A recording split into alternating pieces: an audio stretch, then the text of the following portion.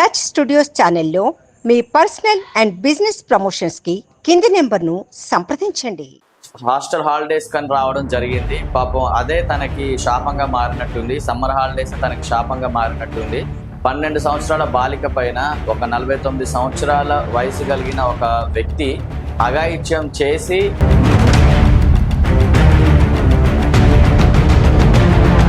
So called YouTubers, so called Insta influencers ఎందుకు సైలెంట్గా ఉన్నారు? ఆ రాక్షసానందం అనాలా, ఇంకేదనాలో ఆ వ్యక్తిని, వారిని ఏమనాలో తెలియట్లేదు.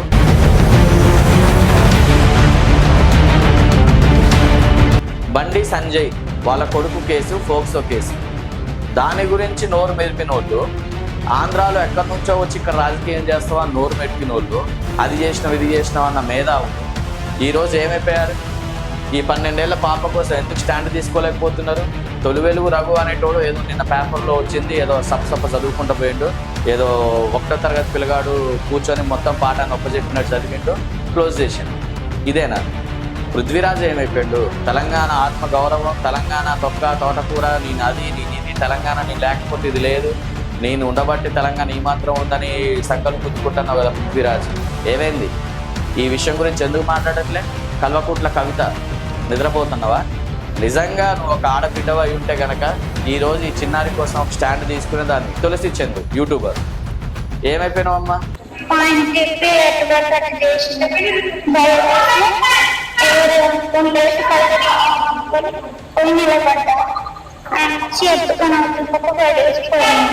నీకు నిజంగా సిగ్గు సరం ఉండుంటే గౌస్ భాష అనే వ్యక్తికి రిమాండ్కి పంపించి ఏం చేస్తున్నారు?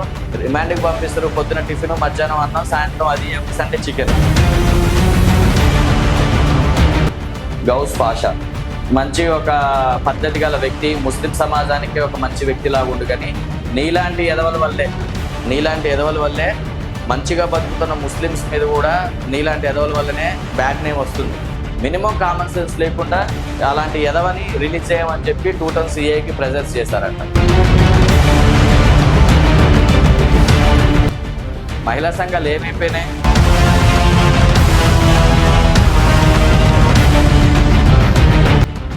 చేసేదే గవర్నమెంట్ హాస్పిటల్లో, మళ్ళీ దానికి మేమున్నాం అంటగా అని చెప్పడం. సోకాల్డ్ ప్రొఫెసర్స్ ఏమైపోయారు? సోకాల్డ్ టీవీ ఛానల్స్ ఎండీస్ ఏమైపోయారు? ఎమ్మటే చిన్న గొడవ అయితే ప్రభుత్వం మీద బురద చల్లడానికి రెడీ అయిన జర్నలిస్టులు ఏమైపోయారు? స్టేట్ మీడియాలో కానీ, స్టేట్ పేపర్స్లలో కానీ మూలకెక్కడో 4-5 పేజీలు అవుతారు, మూలకే చిన్నగా వేసి బాలిక పైన అఘాయిత్యం, క్లోజ్ అయిపోయింది. ఇక మీ బాధ్యత అయిపోయింది. ప్రతిదీ డబ్బే కావాలనుకుంటే కష్టం. నిజమైన జర్నలిస్ట్ చేసేటోళ్ళు అయి ఉంటే ఈరోజు ఈ పాప కోసం స్టేట్ మీడియా మొత్తం కూడా కదిలి ఖమ్మంలోనో లేకపోతే నిమ్స్ హాస్పిటల్ చుట్టూ ఉండేది. ఒక్కరు జాడలేదు.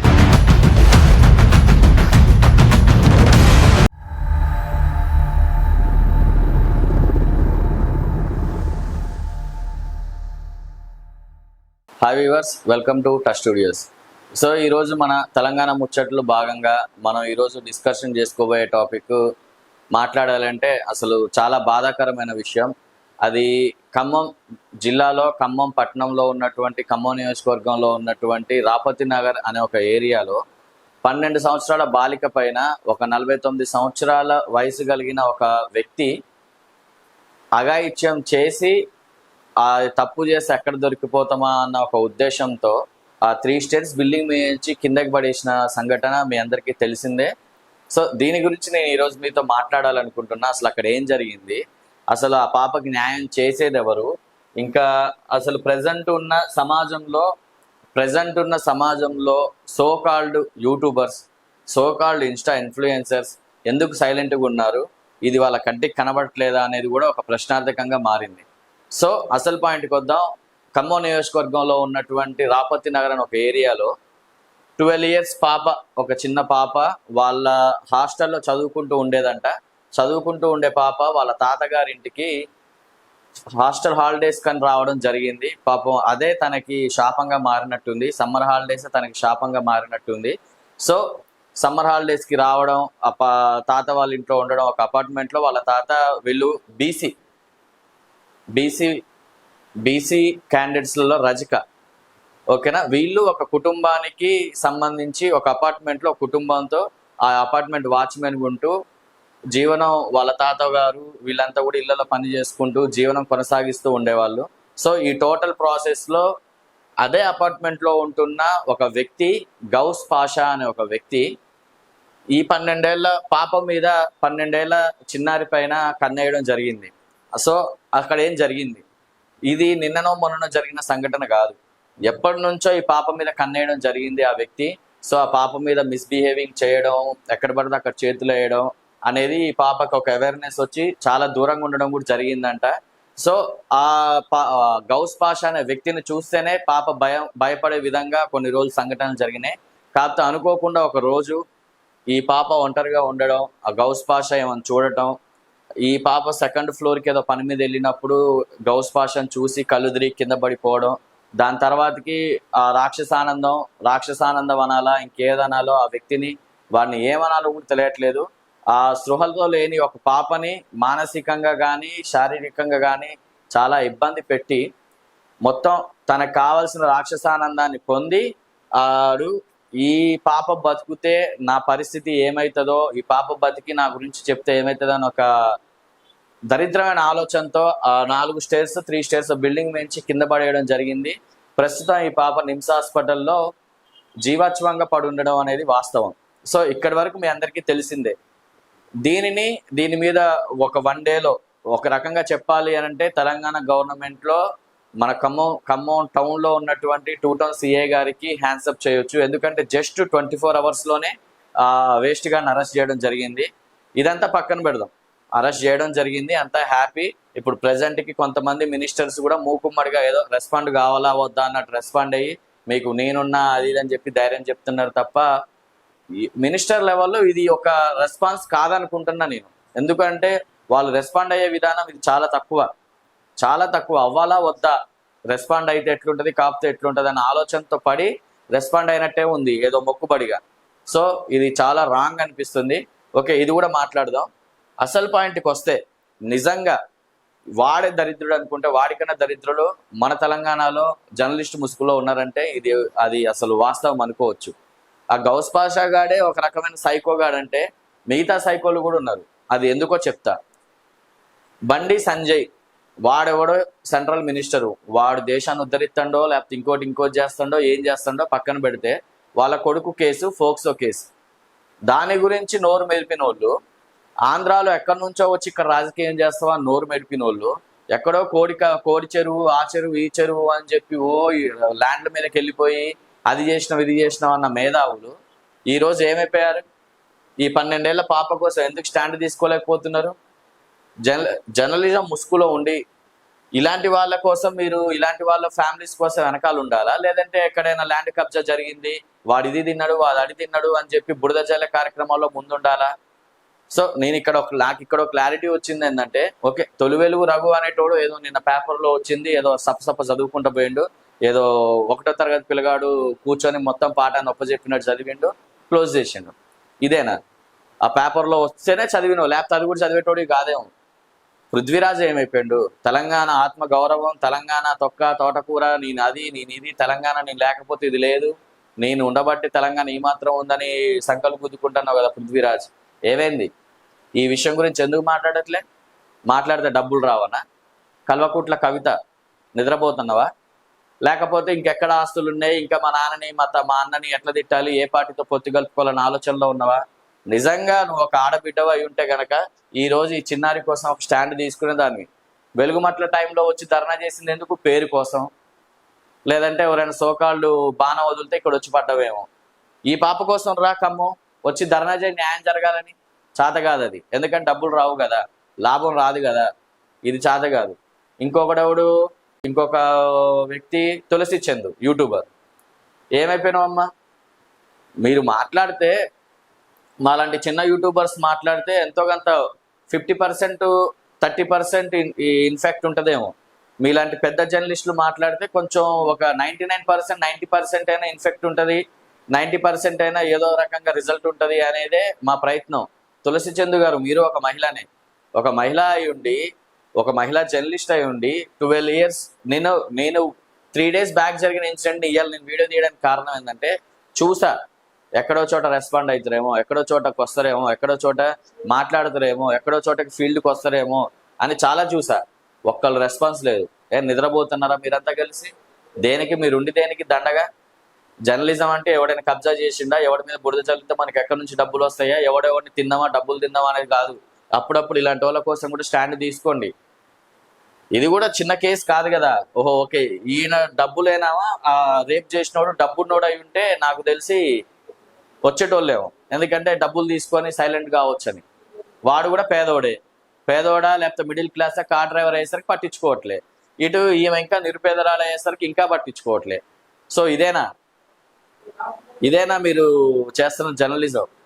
రాజకీయాలు ఇప్పుడు కల్వకుట్ల కవిత గారిని ఇదంతా తిడితే రాజకీయంగా పోతుంది తప్ప దీనివల్ల ఉపయోగం లేదు. సో ఇక్కడ ఇంకొకటి, ఈ మాట ఇప్పుడు ఎవరైతే బాలిక ఉందో ఆ బాలిక మాటల్లోనే అసలు అక్కడ ఏం జరిగిందో తెలుసుకుందాం.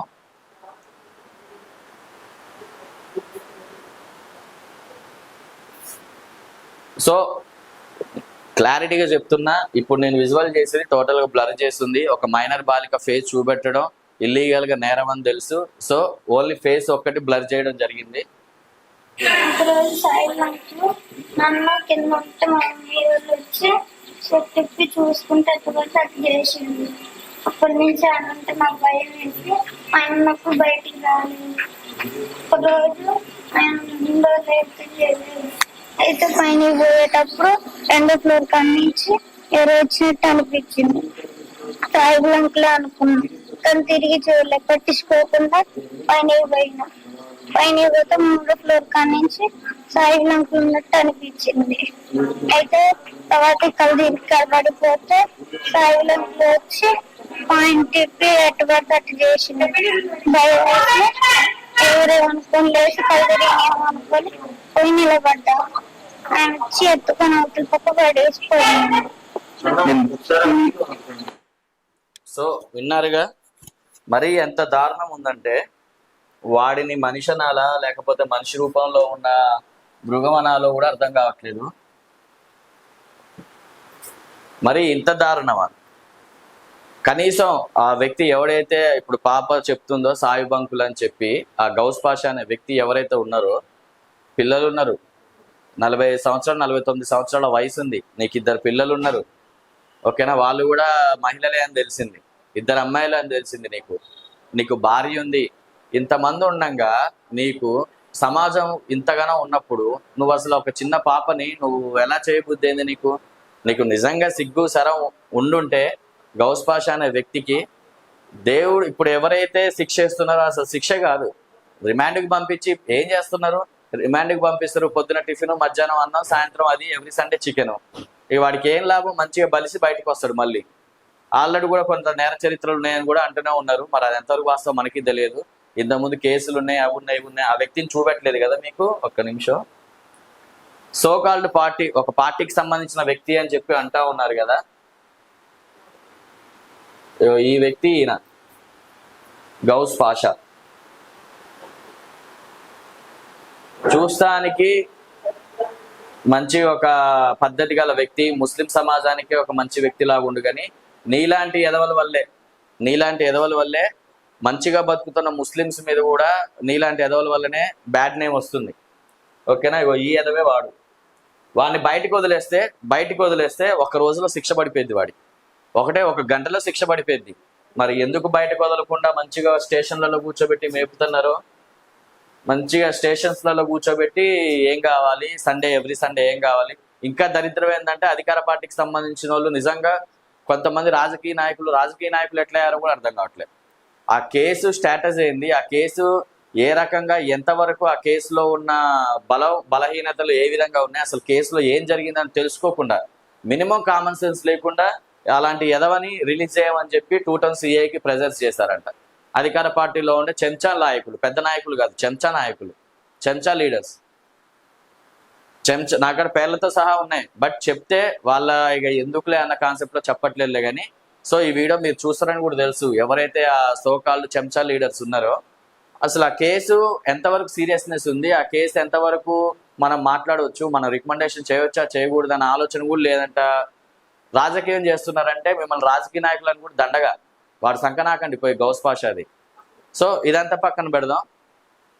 మినిస్టర్స్ రెస్పాండ్ అయ్యారు. పొంగులే శ్రీనివాసరెడ్డి గారు కానీ, తుమ్మల నాగేశ్వరరావు గారు కానీ, లేదంటే ఇంకెవరైనా సోకాళ్ళు మినిస్టర్ రెస్పాన్స్ అయ్యారు. కానీ ఏదో అయ్యారా అంటే అయ్యారు, మీకు నేనున్నా అని ఒక ధైర్యం ఇచ్చారు తప్ప మరి ఆ ధైర్యాన్ని ఎంతవరకు నించోబెట్టుకుంటారో మినిస్టర్స్కే తెలియాలి.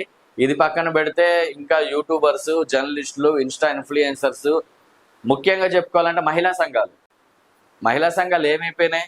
ఒక ఖమ్మం హెడ్ క్వార్టర్స్లో, ఖమ్మం నియోజకవర్గంలో ఉన్నటువంటి ఖమ్మం హెడ్ క్వార్టర్స్లో ఫ్యూచర్ సిటీ, ఈ ఖమ్మం నెక్స్ట్ హైదరాబాద్ తర్వాతకి వరంగల్ తర్వాతకి ఖమ్మమే అన్న ఒక పేరున్న ఖమ్మంలో ఇంత పెద్ద ఇన్సిడెంట్ జరిగితే ఒక్క దాని గురించి కూడా ధర్నాకి ఎక్కింది లేదు.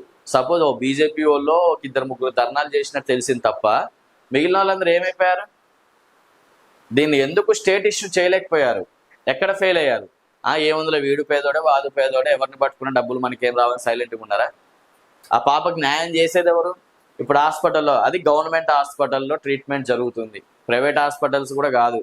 అపోలోనో లేకపోతే ఇంకెక్కడో పెద్ద పెద్ద హాస్పిటల్లో ట్రీట్మెంట్ జరిగితే కొన్ని కోట్ల డబ్బులు ఖర్చు అయితే ఆ డబ్బులు మొత్తం మేము పెట్టుకుందాం అంటే ఒక అర్థం. అయ్యేదే గవర్నమెంట్ హాస్పిటల్లో. మీరు పట్టించుకోకపోయినా గవర్నమెంట్ హాస్పిటల్లో ఫ్రీ సర్వీస్. ఇక మీరు వాళ్ళ కుటుంబానికి ధైర్యం ఇచ్చేది ఏముంది? గవర్నమెంట్ హాస్పిటల్లో నేను పోయినా ఇప్పటికిప్పుడు నేను జాయిన్ అయినా నాకు ఫ్రీనే ఇస్తారు. దానికి ఏ మంత్రి రికమెండేషనో, ఎమ్మెల్యే రికమెండేషనో, ఇంకెవరు రికమెండేషన్ అవసరం లేదు. చేసేదే గవర్నమెంట్ హాస్పిటల్లో, మళ్ళీ దానికి మేము ఉన్నాం అండగా అని చెప్పడం. అదేనా అండ? వాడికి ఆన్ ది స్పాట్, అసలు ఇవాళకి 4వ రోజో 5వ రోజో, ఈ రోజుకి కూడా వాడిని ఇప్పటికీ రిమాండ్లో ఉంచి పొద్దున మధ్యాహ్నం సాయంత్రం మంచిగా ఫుడ్ పెట్టుకుంటూ వాడు అక్కడ ఉంటే ఇక్కడ ఈ కుటుంబం మొత్తం ఆపసోపాలు పడతా ఉంటే ఇదా మీరు చేసే న్యాయం? ఫాస్ట్ ట్రాక్ కోర్టు ఉంది, రిమాండ్కి పంపించింది. ఉరి శిక్ష వేసిందా లేకపోతే లైఫ్ లాంగ్ వేసిందా? ఇంకేం చేసింది? మేపుతారు, మేపి 12 సంవత్సరాలు ఉన్న పాపకి 22 సంవత్సరాలు వచ్చేదాకా ఆ కేసు వాయిస్తూనే ఉంటారు. అది కూడా చెప్పలేము. ఇదేనా? ఇన్ని చట్టాలు వచ్చినాయి, ఫోక్సో యాక్ట్ వచ్చింది, ఇంకా చాలా యాక్ట్స్ వచ్చినా కానీ ఇప్పటికీ ఇలాంటి అఘాయిత్యాలు జరుగుతున్నాయంటే ఎవరు తప్పు? పరిపాలిస్తున్న నాయకులది తప్ప, లేకపోతే చట్టంలో ఉన్న లూప్స్ తప్ప? లూప్ పాయింట్స్ ఎక్కడో చోట, చట్టంలో ఎక్కడో చోట బొక్కల్ని వాడుకొని వీళ్ళు ఇట్లా విచ్చలవిడిగా రెచ్చిపోతున్నారా అనేది సమాజానికి, జనాలకి మీకే తెలియాలి. సో ఇదంతా చూసుకుంటే కనుక 100% ఇక్కడ ఉన్న విషయంలో, ఈ పాప విషయంలో చాలా మంది మౌనంగా ఉన్నారు. సమాజంలో ఉన్న ప్రతి ఒక్కళ్ళు మౌనంగా ఉన్నారు. సోకాల్డ్ ప్రొఫెసర్స్ ఏమైపోయారు? సోకాల్డ్ టీవీ ఛానల్స్ ఎండీస్ ఏమైపోయారు? ఎమ్మటే చిన్న గొడవ అయితే ప్రభుత్వం మీద బురద జల్లడానికి రెడీ అయిన జర్నలిస్టులు ఏమైపోయారు? అసలు వీళ్ళందరూ ఏమైపోయారు? ఈరోజు ఎవరు ఈ పాప కోసం ఎందుకు స్టాండ్ తీసుకోవట్లేదు? ఎవరు కూడా ఎందుకు వాళ్ళ ఇంటికి వచ్చి పరామర్శించడం కానీ, లేకపోతే నిమ్స్ హాస్పిటల్కి పోయి, ఒక్క రాజకీయ నాయకుడైనా నిమ్స్ హాస్పిటల్కి పోయి వాళ్ళ కుటుంబాన్ని కలిశారా? ఒక్క సోషల్ యాక్టివిస్ట్ అయినా వాళ్ళ కుటుంబాన్ని కలిశారా? పోనీ వాళ్ళ సంఘం కోసం వాళ్ళ కుల వ్యక్తులు కొంతమంది వెళ్ళి వాళ్ళకి భరోసాగా నిల్చుంటున్నారు. ఆ రజక సంఘానికి సంబంధించిన పెద్దలు కొంతమంది వాళ్ళకి సపోర్ట్గా ఉంటున్నారు. ఓకే, వాళ్ళకి సెల్యూట్ చేయొచ్చు. మిగిలిన అధికార హోదాలో ఉన్న వ్యక్తులు ఏమైపోయారు? వాళ్ళ కాడికి పోయడం కానీ, లేకపోతే వాళ్ళని కలవడం కానీ, వాళ్ళకు ఒక ఫోన్లలో, మీరేమైనా అమెరికాలో ఉంటున్నారా ఫోన్లలో చేసి పరామర్శించడానికి? పక్కనే ఉన్న మినిస్టర్ క్వార్టర్స్ నుంచి నిమ్స్ హాస్పిటల్కి మా అంటే 1 గంట వేసుకో, 2 గంటలు వేసుకో, పోలేకపోతున్నారా? జర్నలిస్టులు కూడా ఏం చేస్తున్నారో అర్థం కావట్లేదు. కనీసం ఈ పాప గురించి స్టేట్ మీడియాలో కానీ, స్టేట్ పేపర్స్లలో కానీ మూలకి ఎక్కడో ఒక ఫ్రంట్ పేజీలో కాదు, మూలకి ఎక్కడో 4-5 పేజీలు అవతల మూలకి చిన్నగా వేసి బాలిక పైన అఘాయిత్యం క్లోజ్ అయిపోయింది. ఇక మీ బాధ్యత అయిపోయింది. మరి ఇంత దారుణంగా ఉంటే వ్యవస్థ ఇంకా దారుణంగా అవుతుంది. సో ఇక్కడ మేము చేసిన పాపం పేదరికంలో పుట్టడం, ఈ రేప్ చేసినోడు అదృష్టమో లేకపోతే వాడి దురదృష్టమో, వాడు కూడా పేదోడు కావడం ఈ సమాజానికి ప్లస్ పాయింట్ అయింది. అదే ఉన్నోడై ఉంటేనా వాడు బలిసినోడు, వాడి మీద ఈ పాప కోసం మనం స్టాండ్ తీసుకుంటే అరే మీరు సైలెంట్గా ఉండండి అని చెప్పి డబ్బులు ఇసిరేస్తాడు. అప్పుడు ఆ డబ్బులు తీసుకొని మన ఇంటికి వెళ్ళిపోవచ్చు అనే ఒక మంచి కాన్సెప్ట్ ఉండేది. వాడు ఉన్నోడు అయి ఉంటే మీ దరిద్రం వాడి దరిద్రం, వాడు లేనోడు అయ్యేసరికి మీ దరిద్రం వాడు అదృష్టం, వాడు లేనోడు అయ్యేసరికి. సో చూడండి, డబ్బు కోసమే కాదు, డబ్బు లేని కొన్ని కార్యక్రమాలు కూడా చేయండి. ఏదో పృథ్వీరాజ్ కానీ, తొలివెలుగు రఘు కానీ, తులసి చందు కానీ, ఇంకా చాలా మంది ప్రొఫెసర్స్ కానీ దీని మీద ఎందుకు మాట్లాడట్లేదు? స్టేట్ దాకా ఎందుకు? ఖమ్మం నుంచి వదిలేసి పక్కనున్న వైరా, ఇల్లందు అటు సైడ్ పోయి ఖమ్మంలో ఏదో జరిగిందంటే కంటే ఏం జరిగిందనే అంత స్టేజ్లో ఉంది. ఇంకెక్కడ న్యాయం, ఎక్కడ భయం జరిగింది, ఎక్కడ భయపడతాడు వాడు? ఏముంది లేదు ఎవరికి తెలియదు అన్నట్టు. తెలియచేయండి. ఇలాంటి కేసులు తెలియజేస్తేనే ఫ్యూచర్లో చిన్న చిన్న పిల్లలు కూడా వాళ్ళకు ఒక అవగాహన వస్తుంది. ఓకే, ఇలాంటి కేసులు జరుగుతున్నాయి, మనం ఇంత జాగ్రత్తగా ఉండాలి అని చెప్పి చిన్న పిల్లల్లో కూడా అవేర్నెస్ వస్తుంది. తల్లిదండ్రులు కూడా చిన్న పిల్లలకి గుడ్ టచ్ బ్యాడ్ టచ్ అనే అవేర్నెస్ స్కూళ్ళలో కూడా జరుగుతూనే ఉన్నాయి. సో దీన్ని కొంచెం రాష్ట్ర ప్రభుత్వం కానీ పోలీసులు కానీ ఇంకా సీరియస్ తీసుకోవాలండి. ఇది ఫోక్సో ఒకటి వేసి రిమాండ్కి పంపించి ఒక 20 సంవత్సరాలు 40 సంవత్సరాల కేసులు వేసి లేకపోతే ఉరిశిక్ష అయితే ఏం లాభం? మేపీ ఉరిస్తారు కదా. వాడు ఈలోపు వాడు ఆ బాధను కూడా మర్చిపోతాడు. నష్టపోయిన పాపకి రికవరీ మాత్రం ఉండదు. సో చూడండి, ఇక్కడున్న సోకాళ్ళు జర్నలిస్టులు మీకున్న ఒక బ్యాడ్ మార్కుని పోగొట్టుకోండి. డబ్బులు వస్తేనే నోరు ఇప్పుతామంటే కనుక చల్లదు. ఈ రోజుల్లో డబ్బులు ఇట్లా ఒక వీడియో దిగానే డబ్బులు ఇచ్చేటోళ్ళు లేరు. తెలుగు మీరారు. వాళ్ళకి వాళ్ళకి కూడా సోషల్ మీడియా మీద ఒక అవగాహన ఉంటుంది. వాళ్ళు డిఫెన్స్ చేసుకునే స్టేజ్కి ఉన్నారు. ప్రతిదీ డబ్బే కావాలనుకుంటే కష్టం. నిజమైన జర్నలిస్ట్ చేసేటోళ్ళు అయి ఉంటే ఈ రోజు ఈ పాప కోసం స్టేట్ మీడియా మొత్తం కూడా కదిలి ఖమ్మంలోనో లేకపోతే నిమ్స్ హాస్పిటల్ చుట్టూ ఉండేది. ఒక్కళ్ళు జాడలేరు. ఏదో చిన్న చిన్న యూట్యూబ్ ఛానల్స్ పోవడం, వాళ్ళ బాధను తెలుసుకొని రావడం. ఓకేనా? సో ఈ పాపకి న్యాయం 100% జరగాలి. ఈ పాపకి న్యాయం జరగడం కోసం ఎంత దూరమైన వెళ్ళడానికి కూడా చాలా మంది రెడీ అవుతున్నారు. ఇప్పుడు ప్రెసెంట్ ఈ పాప హెల్త్ కండిషన్ అనేది చాలా క్రిటికల్గా ఉందని కూడా తెలుసు. సో రానున్న రోజుల్లో ఇలాంటి ఈ పాప పడుతున్న బాధ ఎవరు కూడా పడొద్దు అనేది మనస్ఫూర్తిగా కోరుకుంటున్నా. ఇలాంటి వ్యక్తులు ఎవరైతే గౌస్ పాషాల్ లాంటి వ్యక్తులు ఉన్నారో, ఇలాంటి ఎదవలు ఉన్నారో వాళ్ళకి 100% ఉరిశిక్షే కరెక్ట్. ఉరిశిక్ష లేకపోతే ఎన్కౌంటర్. అది కూడా విత్ ఇన్ టైంలోనే. నెలలు మేపి డబ్బులతో ఖర్చు పెట్టి వాడిని ఏదో బాగా ఉరిశిక్ష వేస్తే తట్టుకునే అంత తిండి పెట్టి అంత చేయాల్సిన అవసరం సమాజానికి లేదు. సో క్విక్ యాక్షన్ రావాలి. ఫోక్సో యాక్ట్స్ అనేది ఇంకా యాక్టివ్ కావాలి. ఇంకా చాలా మార్పులు చేయాలని మనస్ఫూర్తిగా కోరుకుంటున్నా. ఈ వీడియోని చాలా మందికి షేర్ చేయండి. ఎవరైతే నోరు మూసుకొని ఉంటున్నారో, ఎవరైతే నాకెందుకు ఇదంతా అని ఎవరైతే అనవసరపు వాటిలో ఏలు పెట్టి అవసరం ఉన్న వాటికి దూరంగా ఉంటున్నా కొంతమంది మూర్ఖులు కూడా ఈ వీడియో చూసి రెస్పాండ్ కావాలని కోరుకుంటున్నా. Thank you so much. Keep in touch. Please touch subscribe button.